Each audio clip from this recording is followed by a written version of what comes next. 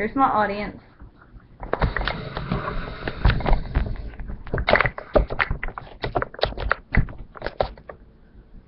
What is the land of the free if only a few get to enjoy that promise?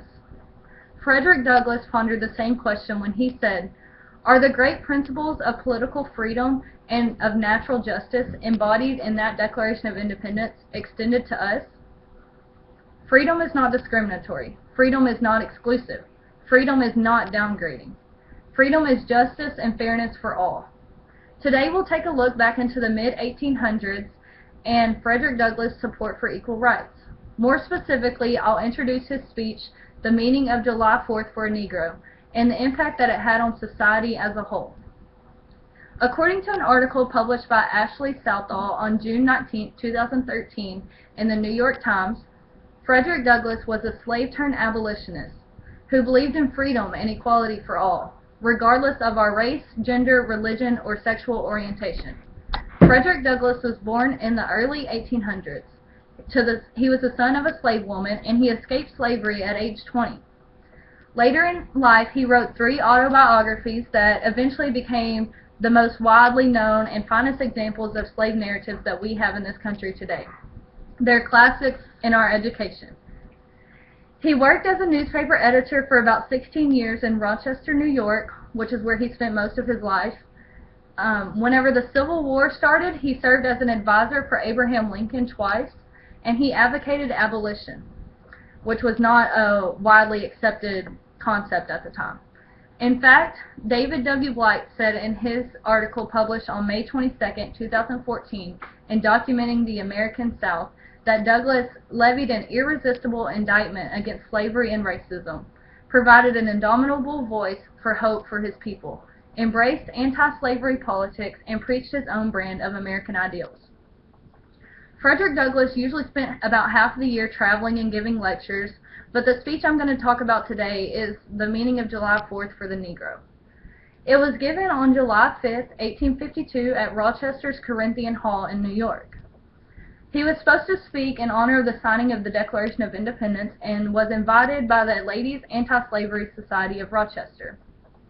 They must have seemed very confident and assured at first, but about a third of the way through the speech, Frederick Douglass changed his tone from one of appreciation and thankfulness for the Founding Fathers of America to one of disappointment and anger.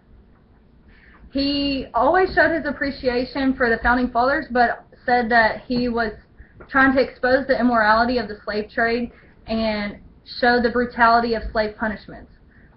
He also started using pronouns such as you, your, and yours to show the exclusiveness that many slaves and African Americans felt in the United States. He even said, "The 4th of July is yours, not mine. You may rejoice, but I must mourn." Although this speech may have had little impact immediately, it has proven to better society over time. Douglass sought to change people's minds on African Americans. He wanted to show that their abilities and intelligence was the same as Americans.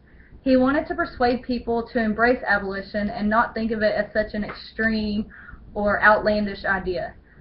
He sought to expose the humiliation of life as a slave in many of his autobiographies. Douglass received much sympathy after his speech from the 500 to 600 people who were in the audience.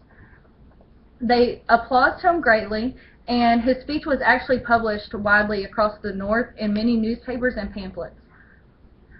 The main thing that his speech did was lay the groundwork for many future generations of abolitionists and civil rights activists.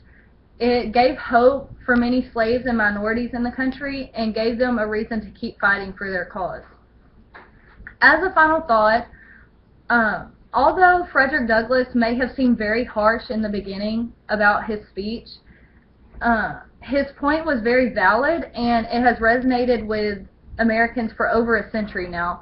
He spoke with a sense of appreciation for the country and for the Founding Fathers and the great work that we have done as Americans, but he also exposed the flaws that we do have and we should fix as a country.